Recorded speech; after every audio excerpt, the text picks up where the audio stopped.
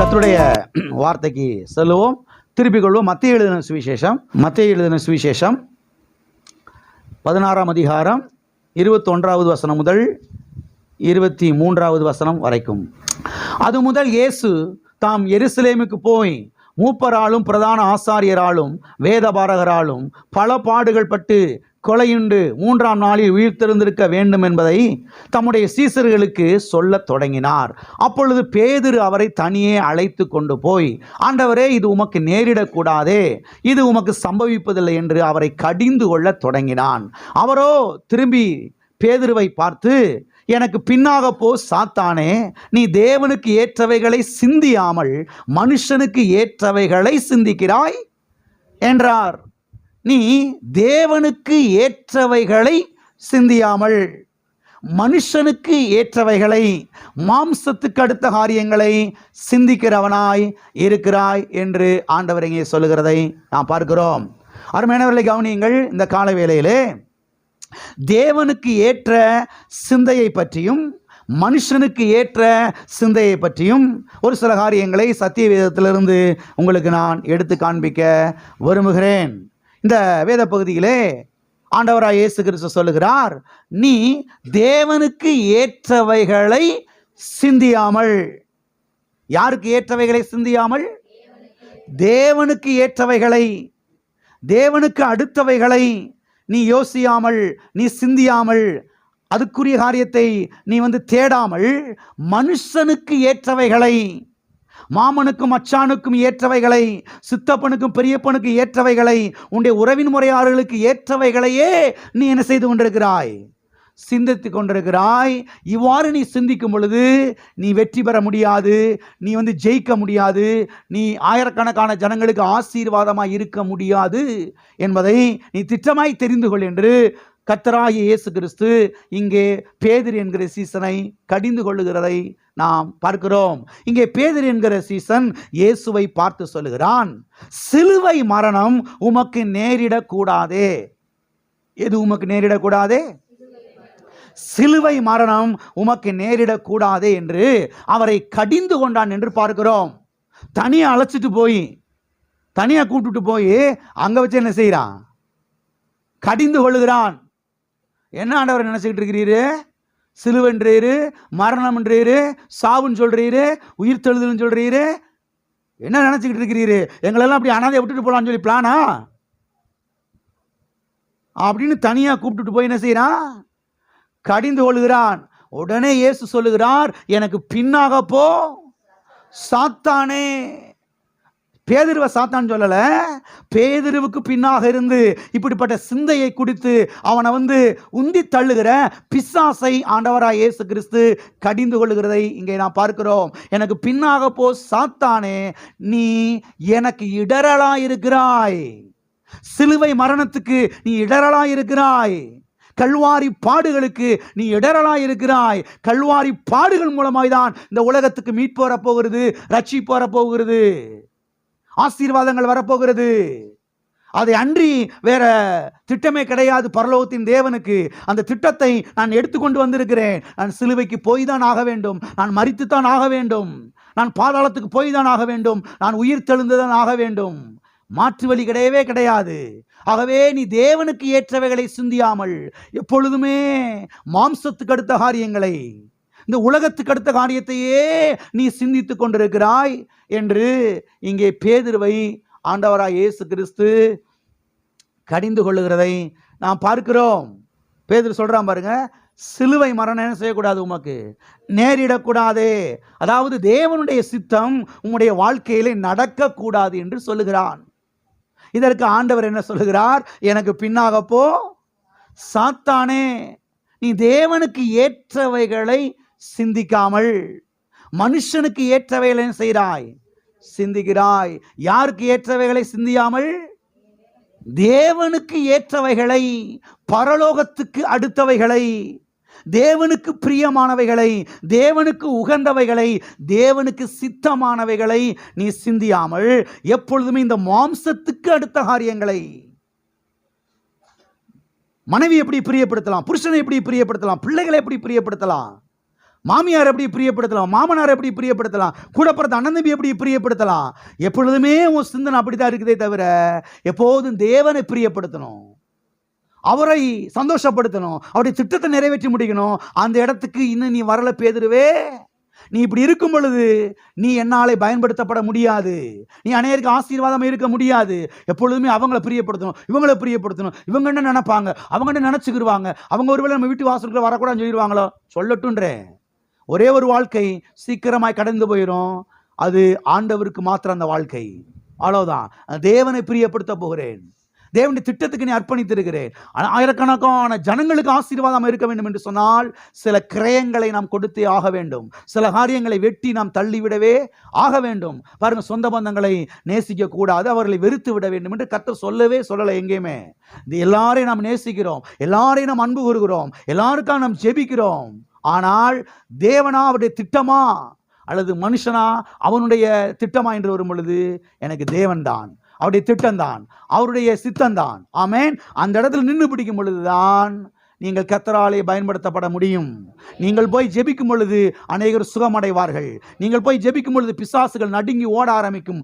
எப்பொழுது தேவனுக்கு ஏற்றவைகளை எப்போதும் சிந்திக்கும் பொழுது, தேவனுக்கு பிரியமான காரியத்தை நீங்கள் செய்யும் பொழுது. போய் ஜெபம் பண்ண ஒண்ணுமே நடக்கலை. உங்களுடைய சற்று நீங்கள் அலசி ஆராய்ந்து பாருங்கள். நீங்கள் தேவனுக்கு சித்தமானவை தான் சிந்திக்கிறீங்களா, தேவனுக்கு ஏற்றவைகளை தான் சிந்திக்கிறீங்களா, தேவனுக்கு பிரியமாக தான் நடக்கிறீங்களா, இல்லை உலக ரீதியாக அவங்கள பிரியப்படுத்தணும், இவங்களை பிரியப்படுத்தணும், இவங்க என்ன நினச்சிக்கிடுவாங்க, அவங்க நம்மளை என்ன என்ன என்ன பண்ண போகிறாங்க, என்ன பண்ண போகிறாங்க. காசு இருந்தால் மனுஷன் 10 மனுஷன், காசு இல்லைன்னா ஒன்றும் தெரியாமல் இருக்கீங்க. காசு இருந்தால் 10 மனுஷன், காசு இல்லைன்னா ஒரு நாய்க்குட்டி கூட கிடையாது. என்ன கிடையாது? I am right? நான் கரெக்டாக சொல்றேனா? ஆகவே தேவனுக்கு ஏற்றவைகளை எப்போது சிந்திக்கிற ஒரு பிள்ளைகளாய் நாம் இருக்க வேண்டும் என்று தேவன் எதிர்பார்க்கிறார். ஆமென்.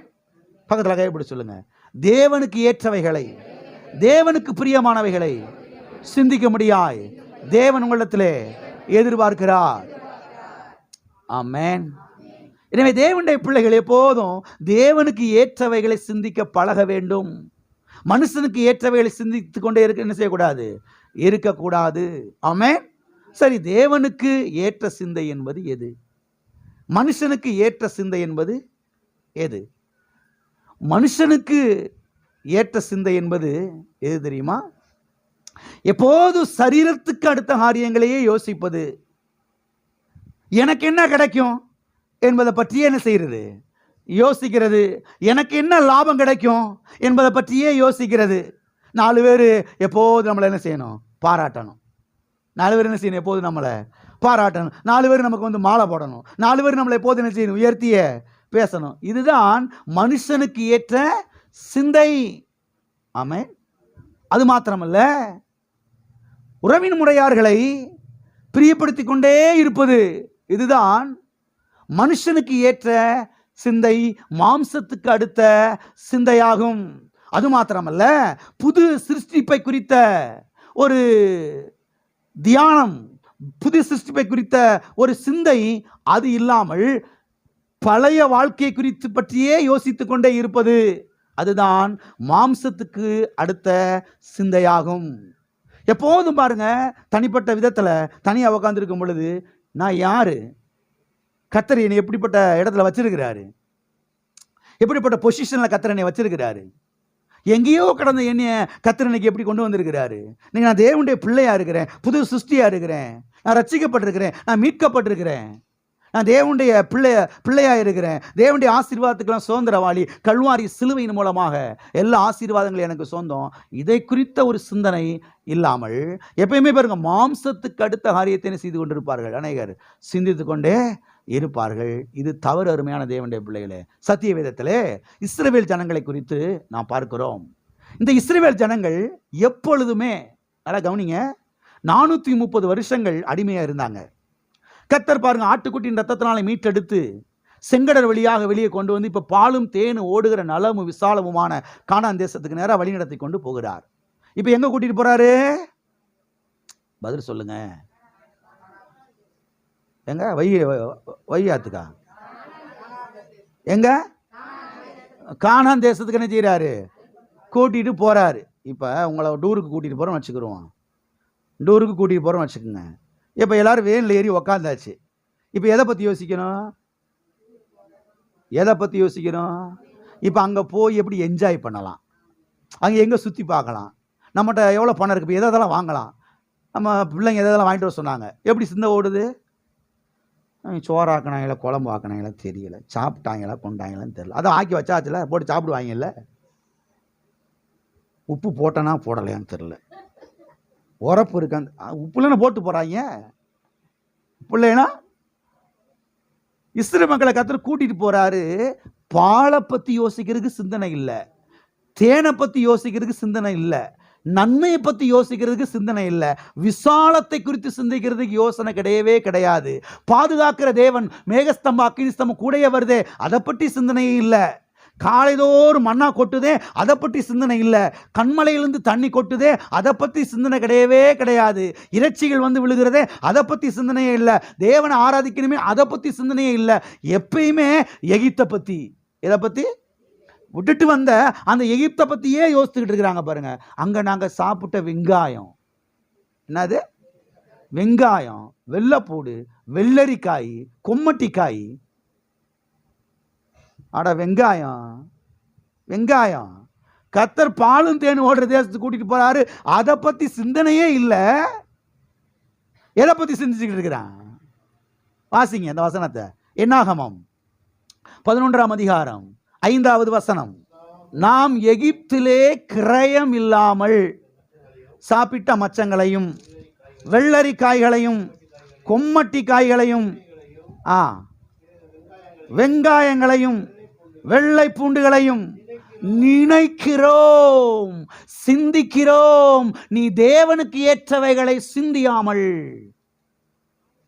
கோழிக்கறியை பற்றியும் கிடாக்கறியை பற்றியும் சிந்தித்துக் கொண்டிருக்கிறாய். எல்லாம் இருக்கிறீங்களா, போயிட்டீங்களா? நினைக்கிறோம். எப்பயுமே மண்டைக்குள்ள என்ன ஓடிக்கிட்டு இருக்குது? வெங்காயம், வெள்ளைப்பூடு, வெள்ளரிக்காய், கீரை, கிரயம் இல்லாமல் சாப்பிட்டாங்களாம். உன்னை அவன் அடிமைப்படுத்தி வச்சிருந்தானே 430 வருஷமா. உன் தாத்தையும் உன் பாட்டையும் பூட்டனுக்கு அவன் சம்பளமே கொடுக்கலையே, இதெல்லாம் எந்த கணக்கில் சேர்க்கறது? கேட்டால் அவன் கிரையமே இல்லாமல் காசே இல்லாமல் நாங்கள் வாங்கி சாப்பிட்டோம். சரி, இப்போ காசு கொடுக்குறியா வனாந்திரத்தில்? இப்போ மண்ணா இப்படி மண்ணா காண்டவர் காசாக வாங்கினாரு. ஏன்னா அமைதியாக இருக்கிறீங்க எல்லாரும். மண்ணாக்கு ஆளுக்கு 5-5 ரூபா கொடுங்கப்பா, அப்போ தான் மண்ணா தருவேன்னு சொன்னாரா? அப்போ தான் காடையெல்லாம் தருவேன்னு சொன்னாரா? ஒரு டம்ளருக்கு 1 ரூபா தண்ணி அப்போ தான் தருவேன்னு சொன்னாரா? கர்த்தர் இவ்வளோ இலவசமாக ஏசியை போட்டு விட்டுருக்கிறாரு, காசு வாங்கினாரா? எல்லாம் இருக்கிறீங்களா, போயிட்டீங்களா? எண்ணங்கள் பாருங்க, மண்ணோடு மண்ணா கிடக்குது, புழுதியோட புழுதியா கிடக்குது. கர்த்தரை நினைச்சாலும் பாருங்க அவளுக்கு வந்து சில காரியத்தை செய்ய முடியல. கர்த்தர் சொல்றாரு பாருங்க, நீ தேவனுக்கு ஏற்றவைகளை சிந்தியாமல் மனுஷனுக்கு ஏற்றவைகளை சிந்திக்கிறாய். இவங்களை பிரியப்படுத்தணும், அவங்கள பிரியப்படுத்தணும், அவங்கள பிரியப்படுத்தணும். இவங்க என்ன நினைச்சுக்கிடுவாங்க? யார் என்ன நினைச்சிட்டு போறாங்க? எனக்கு அவசியமே இல்லை.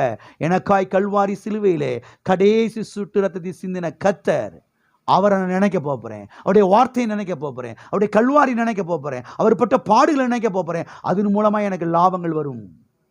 ஆமென். அது நினைச்சா எனக்கு ஆசீர்வாதங்கள் என்ன செய்ய ஆரம்பிக்கும்? வர ஆரம்பிக்கும். ஆமென்.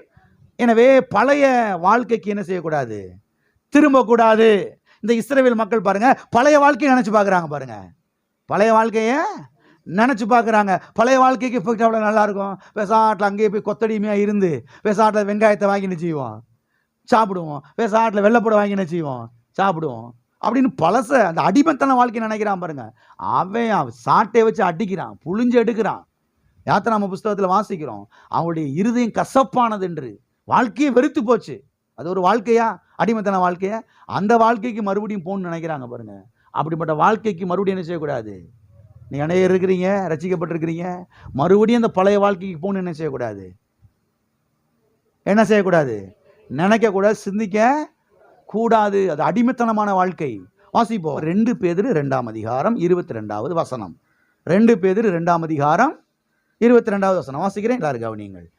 நாய் தான் கக்கினதை தின்னவும், கழுவப்பட்ட பன்றி சேற்றிலே புரளவும், திரும்பினது என்று சொல்லப்பட்ட மெய்யான பழமொழியின்படியே அவர்களுக்கு சம்பவித்தது.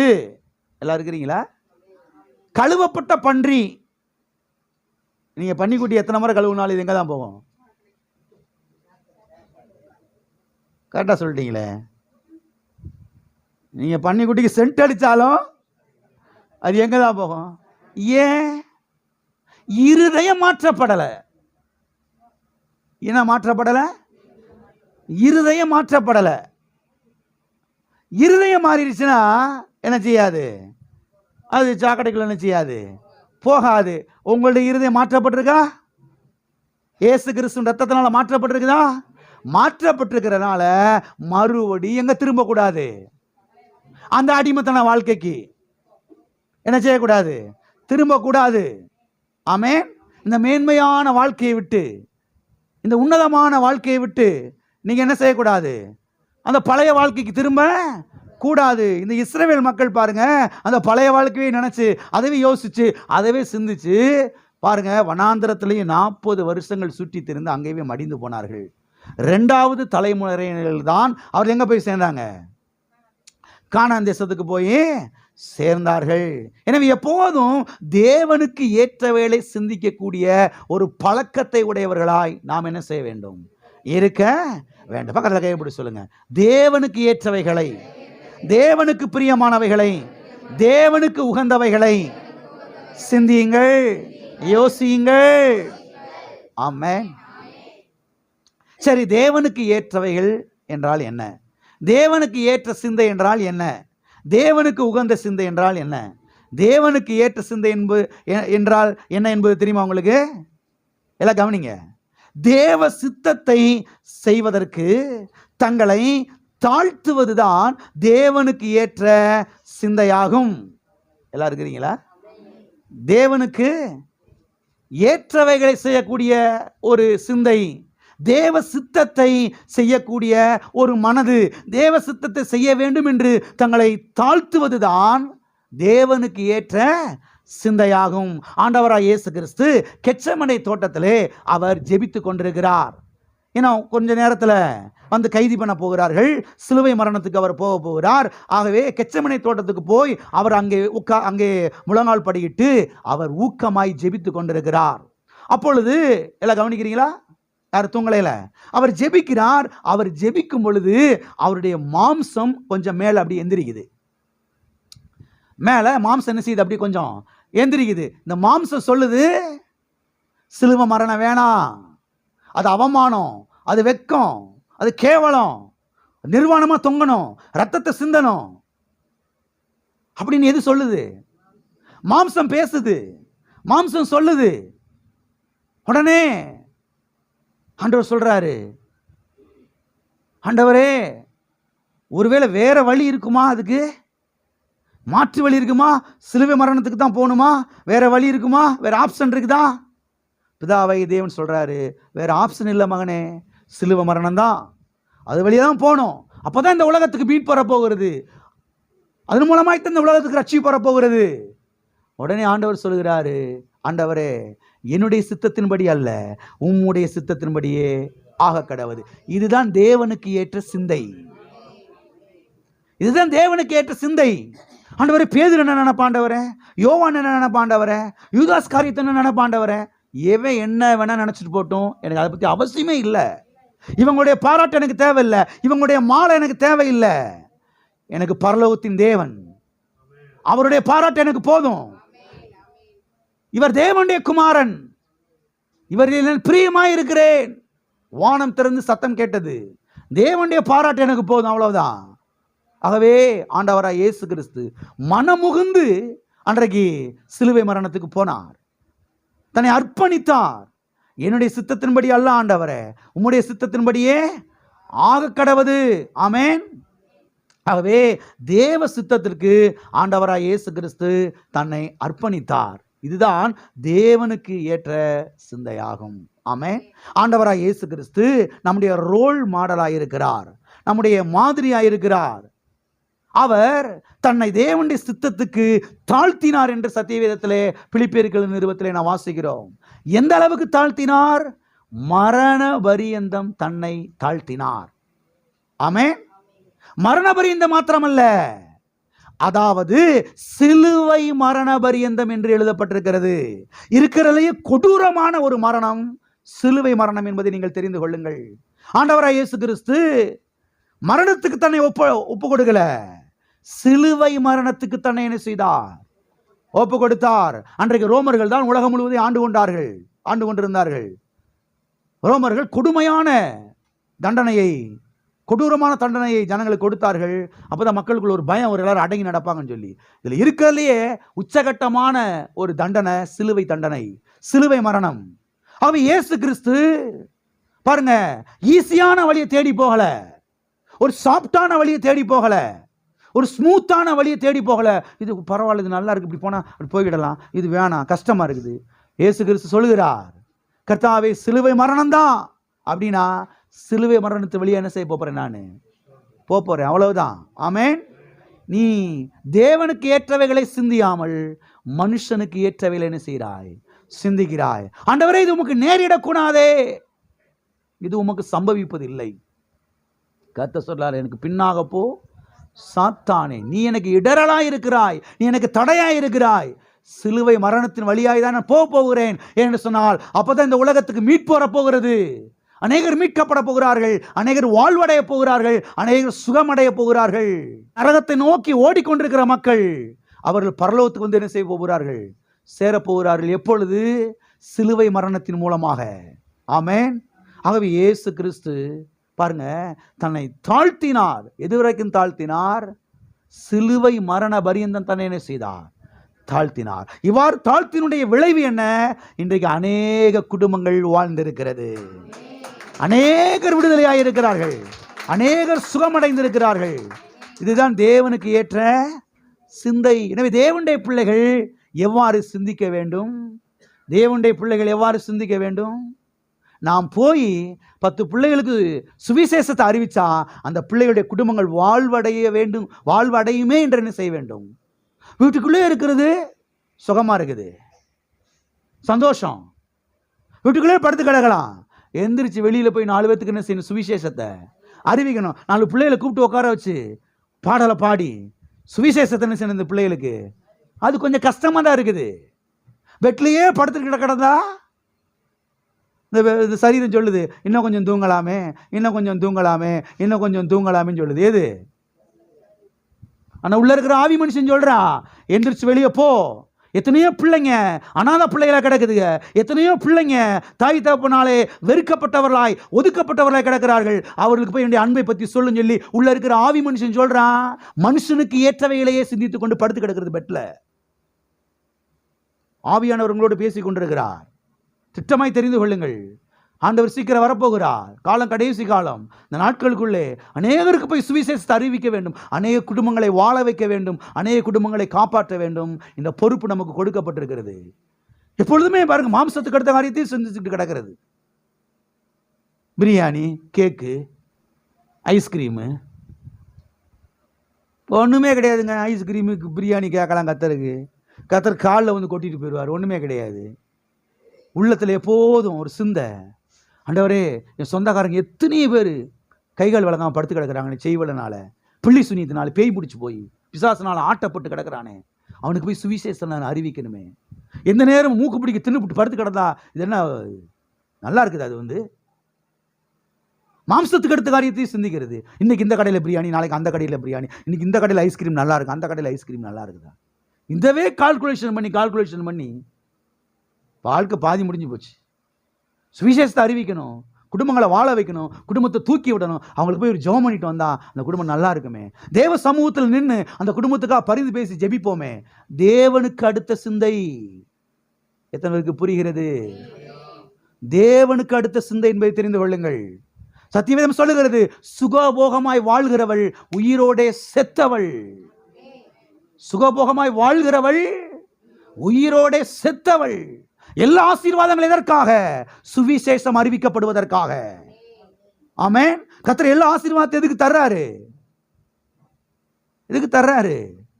போய் கிறிஸ்துவின் அன்பை எடுத்து சொல்லணும், போய் ஜனங்களை சந்திக்கணும். எத்தனை குடும்பங்கள் கீழே கிடக்குது, எத்தனை குடும்பங்கள் பிரிஞ்சு போய் கிடக்குது. இந்த புருஷன் மனைவி பிரிஞ்சு எத்தனை நாளாச்சு. அவங்களுக்காக அவர் ஜெபம் பண்ணக்கூடாது? கேள்விப்பட்ட பிறகும் அன்னைக்கு நீ என்னை பேசின பேச்சுக்கு குடும்பம் நாசமாக போச்சுல, இப்போதான் என் மனசு குளிர்ச்சியாக இருக்குது. இப்படி ஒரு மனுஷன் சொன்னானா அவன் கிறிஸ்தவனே கிடையாது. அவன் கிறிஸ்தவன் சொல்றதுக்கு தகுதியே கிடையாது. பீத்திக்கிட்டு தெரியுது சில ஆட்கள். என்னை பேசுறது இல்லையே அன்னைக்கு பத்தியா, ஆண்டவர் அவனுக்கு தண்டனை கொடுத்துட்டாரு.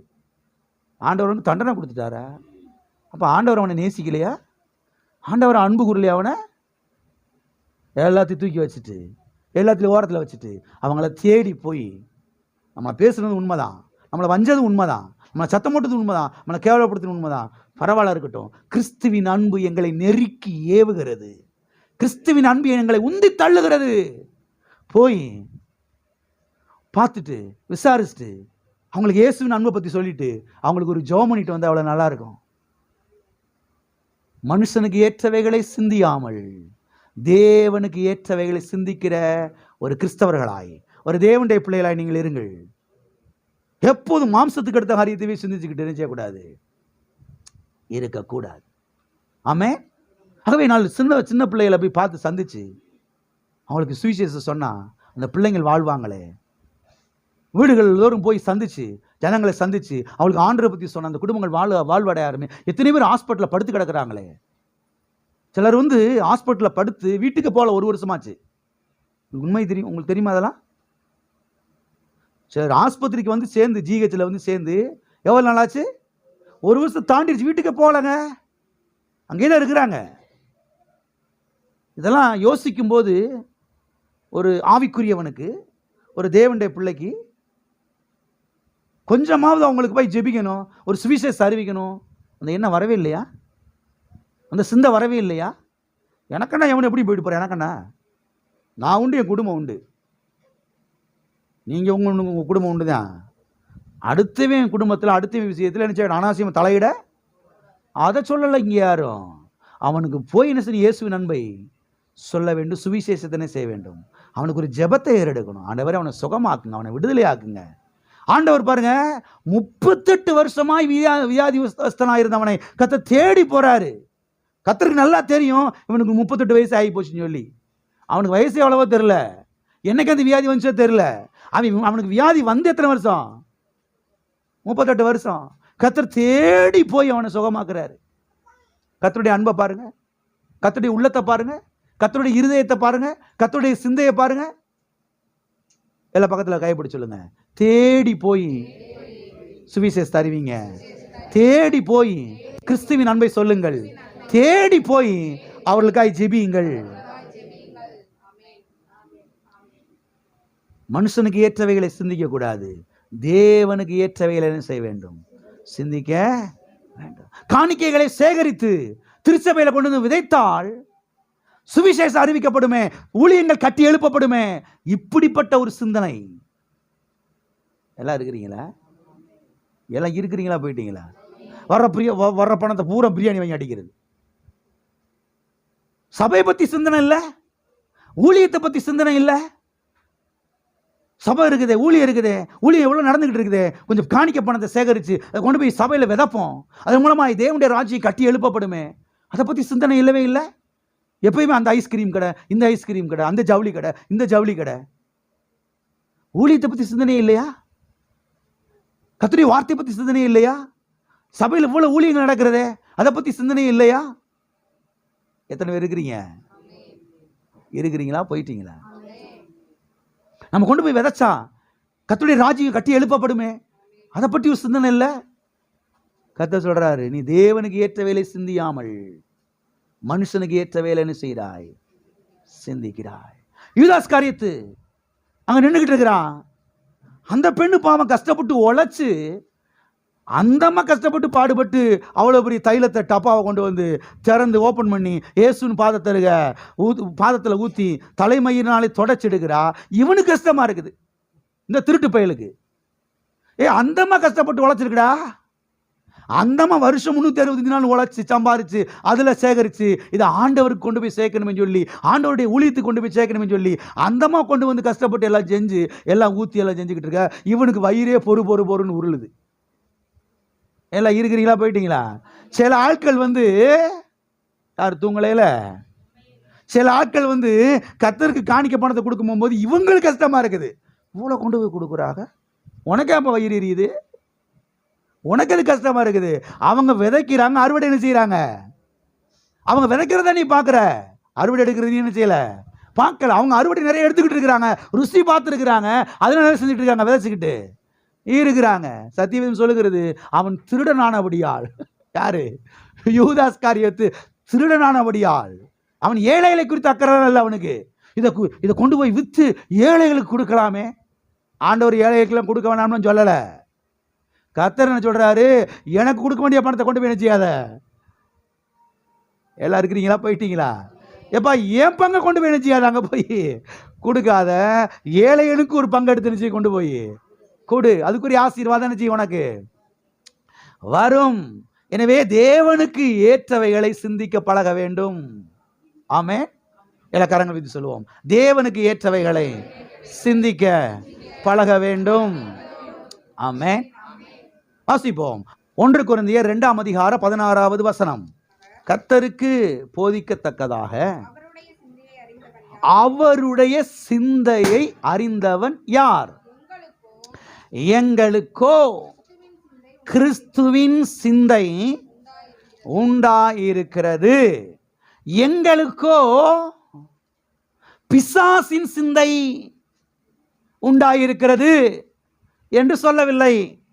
எங்களுக்கோ ஊர் உலகத்தில் இருக்கிறவருடைய சிந்தை உண்டாயிருக்கிறது என்று சொல்லவில்லை. எங்களுக்கோ கிறிஸ்துவின் சிந்தை உண்டாயிருக்கிறது. I have the mind of Christ. எங்களுக்கோ கிறிஸ்துவின் சிந்தை என்ன செய்திருக்கிறது? உண்டாயிருக்கிறது. சரி, கிறிஸ்துவின் சிந்தை என்பது எது? இவர் சொல்லுகிறாரே, எங்களுக்கோ கிறிஸ்துவின் சிந்தை உண்டாயிருக்கிறது. சரி, கிறிஸ்துவின் சிந்தை என்பது எது? கிறிஸ்துவின் சிந்தை என்பது எது தெரியுமா? ஜனங்களுக்காக பரிதபிக்கிறது, ஜனங்களுக்காக மனதுருகுகிறது, ஜனங்களுக்காக வாழ்க்கையை அர்ப்பணிக்கிறது, ஜனங்களுக்காக காரியங்களை செய்வது. எல்லாம் இருக்கிறீங்களா? ஜனங்களுக்கு போய் சுவிசேஷத்தை அறிவிப்பது, ஜனங்களுக்கு போய் ஜெபிப்பது, ஜனங்களுக்கு போய் நன்மை செய்வது. எங்களுக்கோ கிறிஸ்துவின் சிந்தை என்ன செய்திருக்கிறது? உண்டாயிருக்கிறது. வாசிப்போம். மார்க் எழுதின சுவிசேஷம் 8:2 ஜனங்களுக்காக பரிதபிக்கிறேன். இவர்கள் இப்பொழுது என்னிடத்தில் தங்கியிருந்த 3 நாளாய் சாப்பிட ஒன்றுமில்லாதிருக்கிறார்கள். ஜனங்களுக்காக பரிதபிக்கிறேன். யாருக்காக? யாருக்காக? யாருக்காக? யார் எப்படி போனா எனக்கு என்ன? நம்ம சாப்பிட்டோமா, நம்ம தூங்குனோமா, நம்ம நல்லா இருந்தோமா? சோழியா பாரியா, என்னத்தை பாரியா? கர்த்தர் பாருங்க, அவருடைய இருதயத்தை பாருங்க. ஆண்டவர் பேசுறாரு, ஜனங்களுக்காக பரிதபிக்கிறேன்.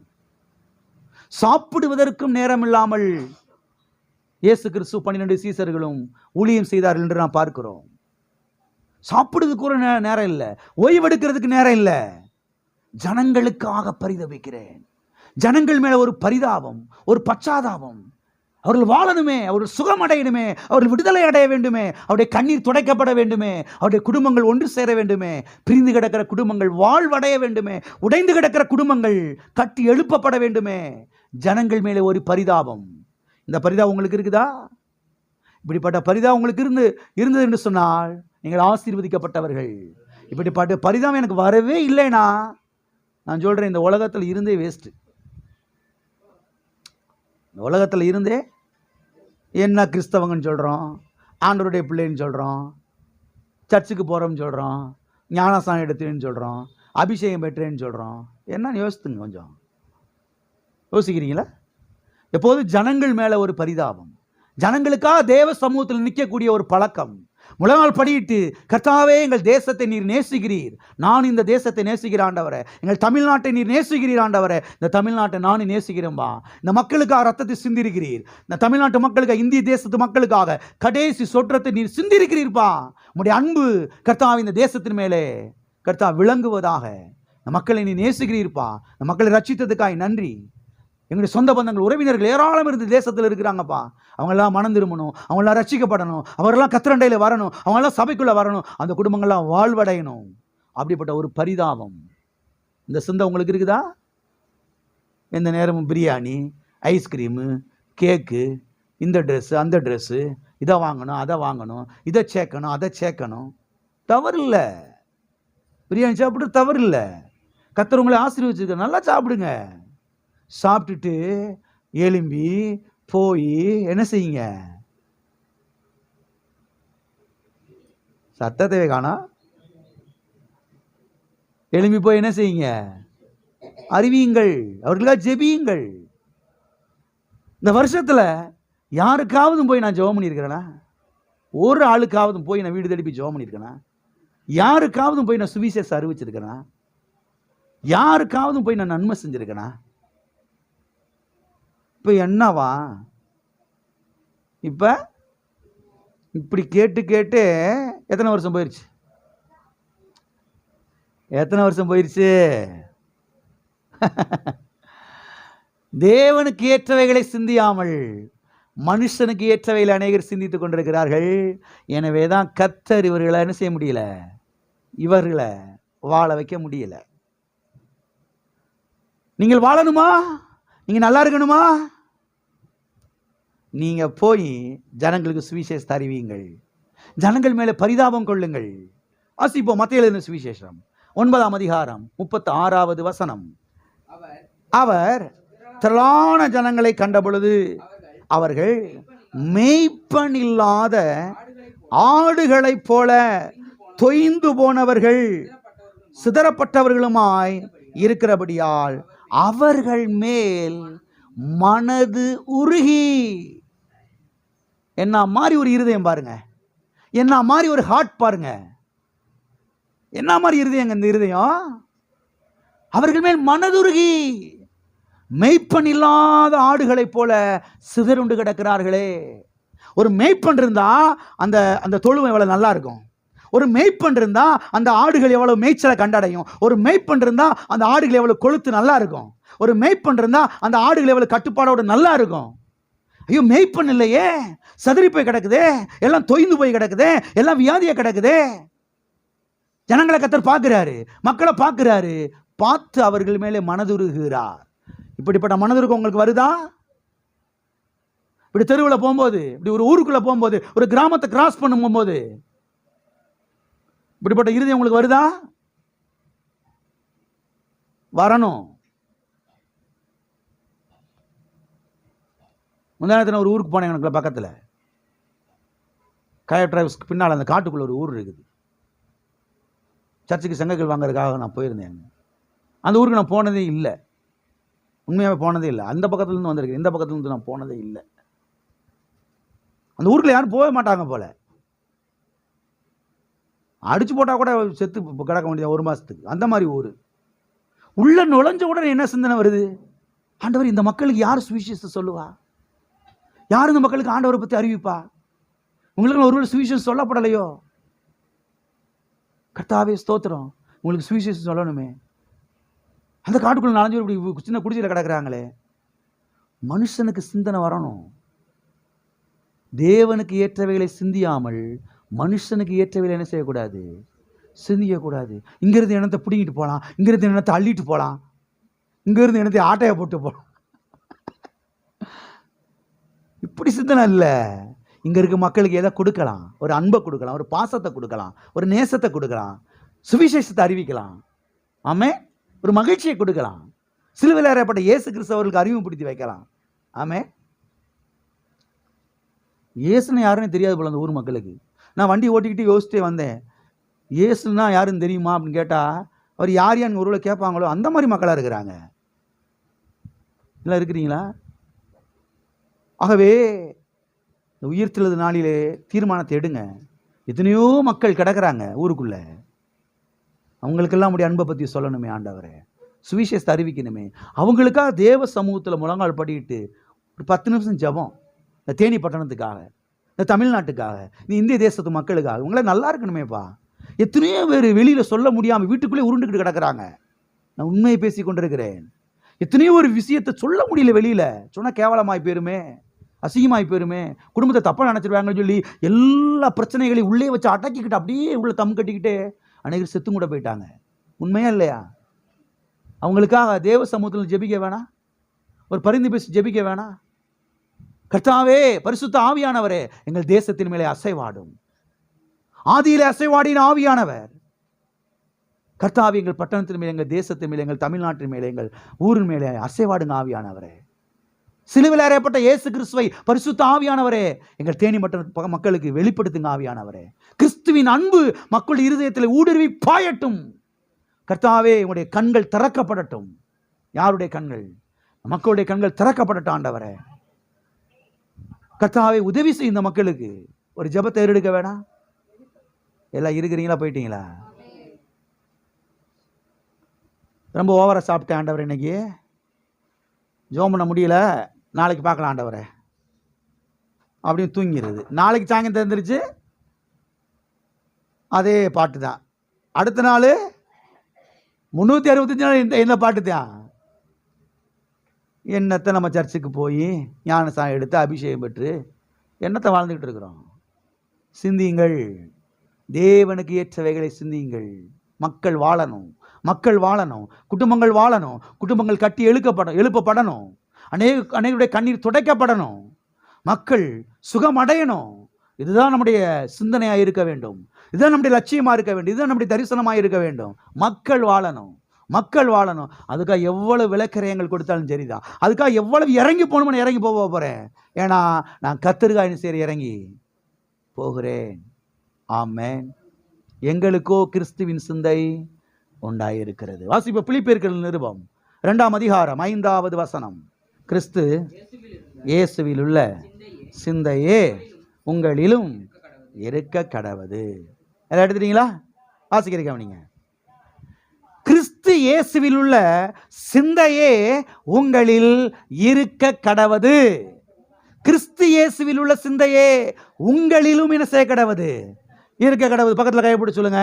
கிறிஸ்து இயேசுவில் உள்ள சிந்தையே உங்களிலும் இருக்க கடவது. என்ன சிந்தை இருக்க கடவது?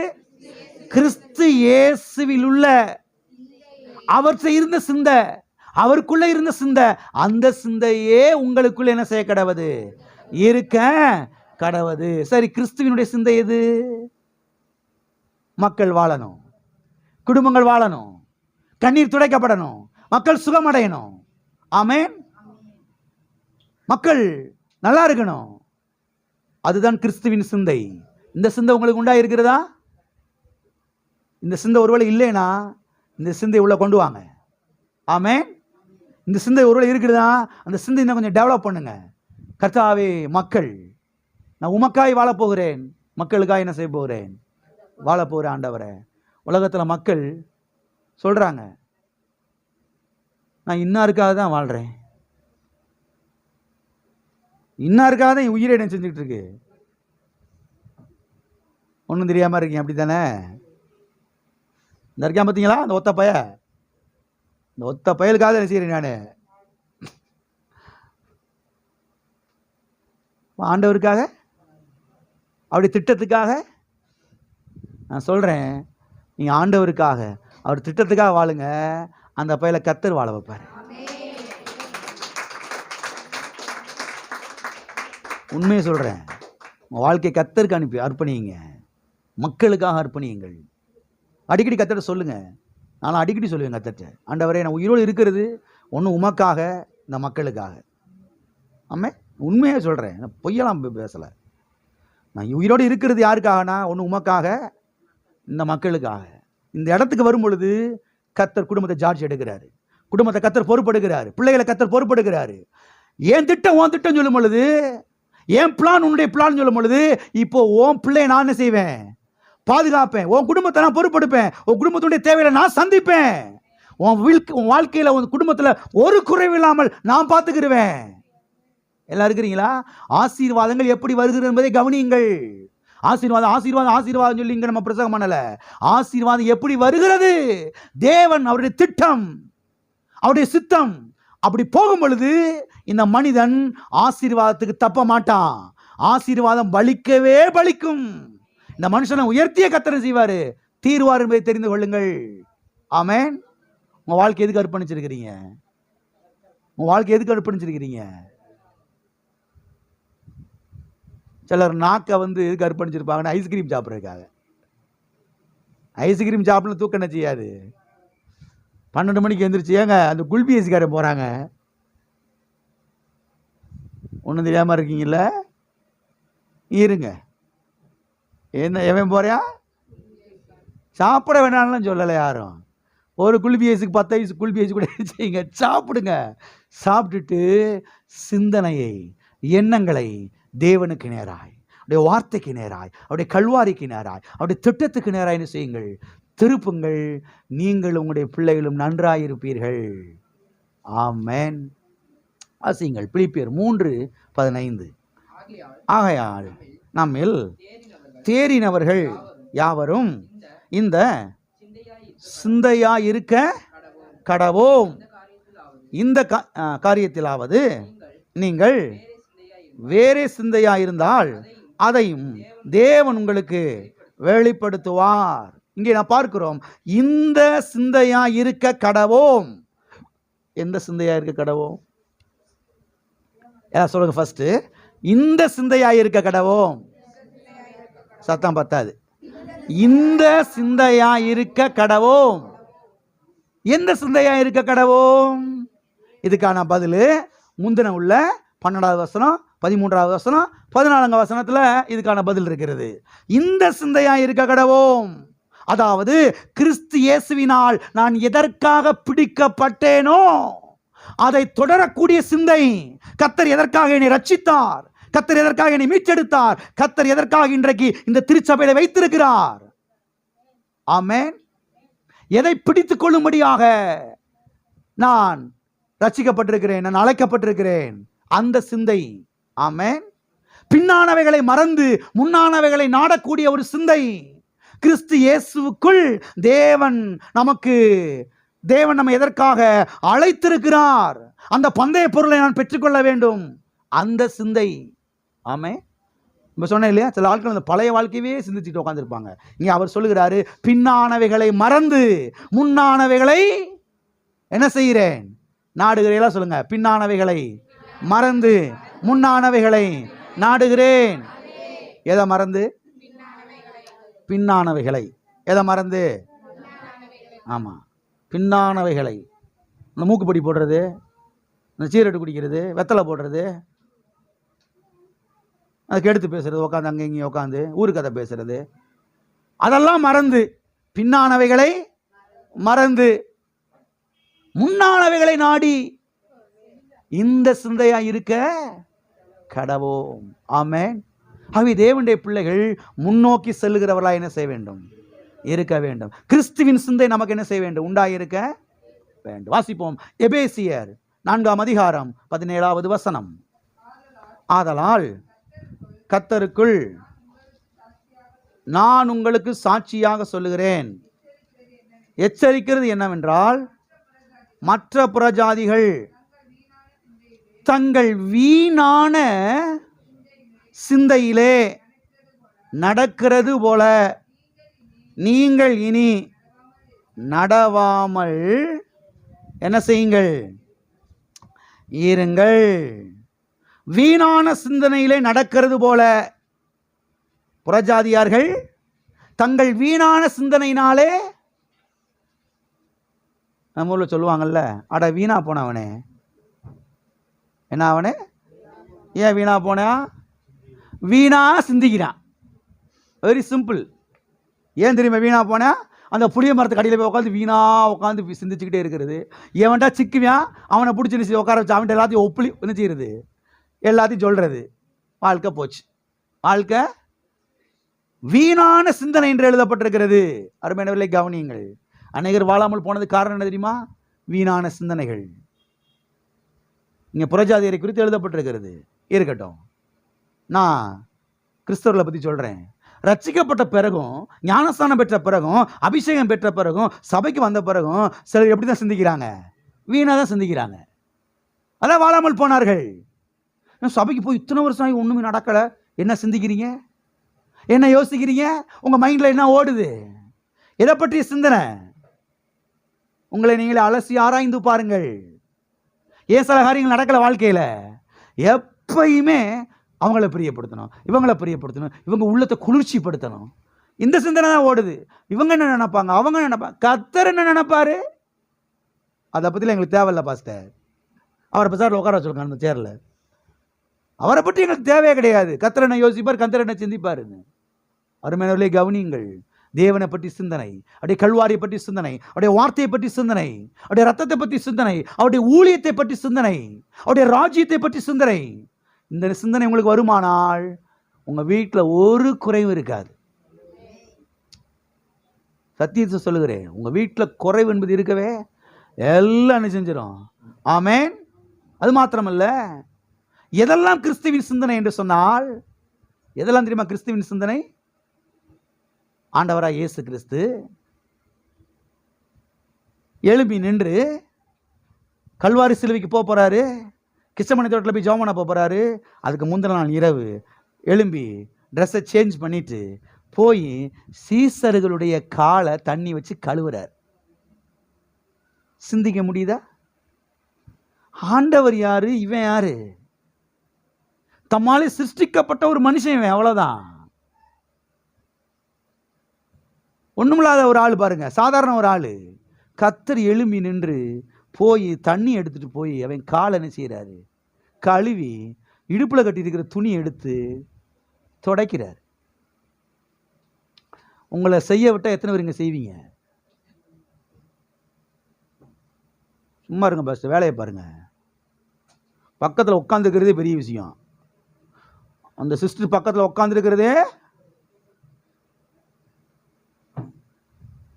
I am correct? சிலருக்கு பக்கத்தில் உட்கார முடியல, சிலருக்கு அவங்க பக்கத்தில் உட்கார முடியல. ஏன்னா அவங்க வேற, இவங்க மாம்சம் இடிக்குதுல. மாம்ச சிந்தை மரணம். வாசிக்க போறோம் இப்ப. மாம்ச சிந்தை மரணம், ஆவியின் சிந்தையோ ஜீவனும் சமாதானமுமாம். அநேகர் சபைக்கு வந்தும் ஏன் தெரியுமா சமாதானத்தை இழந்துடுறாங்க?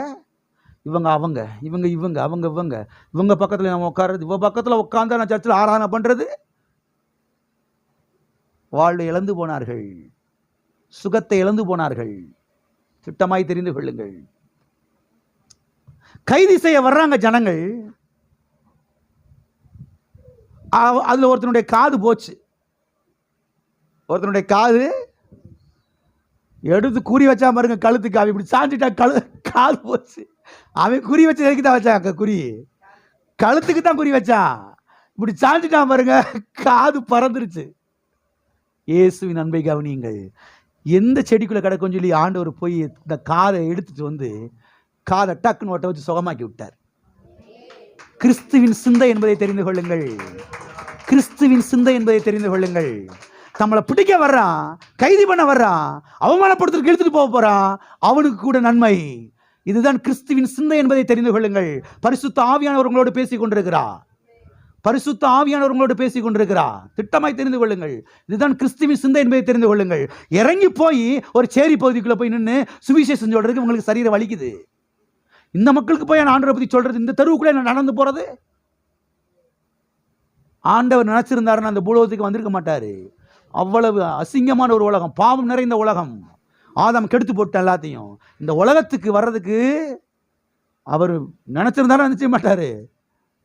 எல்லாத்தையும் தூக்கி வச்சுட்டு தம்மை தாமே வெறுத்து அடிமையின் ரூபம் எடுத்து மனுஷ சாயலானார். மனுஷ சாயலானார். தேவ அன்பை புரிந்து கொள்ளுங்கள். சில ஆளுகளுக்கு அந்த தெருவு, இந்த தெருவுக்கு போய் ஆண்டவரை பத்தி சொல்றதுக்கு இவங்களுக்கு அப்படியே என்னமோ ஒட்டிக்கிறோம். கர்த்தர் நினைச்சிருந்தாருன்னு என்னைக்கு நம்ம செத்து நரகத்துக்கு போயிருப்போம். தெரிந்து கொள்ளுங்கள். கிறிஸ்துவின் அன்பு எங்களை நெருக்கி என்ன செய்கிறது? ஏவுகிறது. சிலுவையில தொங்கிக்கிட்டு இருக்கிறாரு இயேசு கிறிஸ்து. அங்க இருக்கிற மக்கள் எல்லாம் ஏளனம் பண்ணுகிறார்கள், அவமானமா பேசுறான், தலையை துலுக்கி துலுக்கி பேசுறான், கேவலமா பேசுறான். கர்த்தர் சொல்றாரு, ஆண்டவரே இவர்களுக்கு மன்னியும். இதுதான் கிறிஸ்துவின் சிந்தை என்பதை தெரிந்து கொள்ளுங்கள். தன்னை காட்டி கொடுத்த யூதாஸ் காரியத்தை துரோகின்னு சொல்லல, சிநேகிதனே என்று சொல்லுகிறார். சிநேகிதனேன்னு சொல்றாரு, என் ஃப்ரெண்டேன்னு சொல்றாரு. நீங்க சொல்லுவீங்களா? நீங்க சொல்லுவீங்களா? கிறிஸ்துவின் சிந்தை என்ன செய்திருக்கிறது? எங்களுக்கு உண்டாகி இருக்கிறது. வாசிங்க அந்த வசனத்தை. ரோமர் 8:6. ரோமர் 8:6. மாம்ச சிந்தை மரணம், ஆவியின் சிந்தையோ ஜீவனும் சமாதானமுமாம். யாருக்கு சமாதானம் வேணும்? உங்களை தான் பார்த்து கேட்டேன். யாருக்கு சமாதானம் வேணும்? ஜீவன் வேணுமா? ஜீவன்னா எல்லா நன்மைகள் என்று அர்த்தம், எல்லா ஆசீர்வாதம் என்று அர்த்தம். எல்லா நன்மைகளும் அடங்கிய ஒன்று தான் ஜீவன். எத்தனைக்கு ஜீவன் வேணும்? சுகம் வேணும். இங்க சொல்லப்பட்டிருக்கிறது, ஆவியின் சிந்தையோ, ஆவிக்குரிய சிந்தையோ, தேவனுக்கு அடுத்த சிந்தையோ ஜீவனும் சமாதானமுமா. ஆமென். ஜீவனும். மாம்ச சிந்தையோ என்ன சொல்லப்பட்டிருக்கிறது? மரணம். மாம்ச சிந்தையோ மரணம், ஆவியின் சிந்தையோ ஜீவனும். ஆவே ஆவிக்குரிய காரியங்களை சிந்தியுங்கள், தேவனுக்குரிய காரியங்களை சிந்தியுங்கள், தேவனுக்கு அடுத்த காரியத்தை சிந்தியுங்கள். இது நமக்கு நன்மையை கொண்டு வரும், இது நமக்கு வாழ்வை கொண்டு வரும், இது நமக்கு ஆசீர்வாதத்தை என்ன செய்யும்? கொண்டு வரும். இது நமக்கு வெற்றியை கொண்டு வரும். இயேசு கிறிஸ்துவின் சிந்தை. ஆமென். இன்னொரு வசனத்தை வாசித்து நாம் முடிப்போம். 1 பேதுரு 4:1.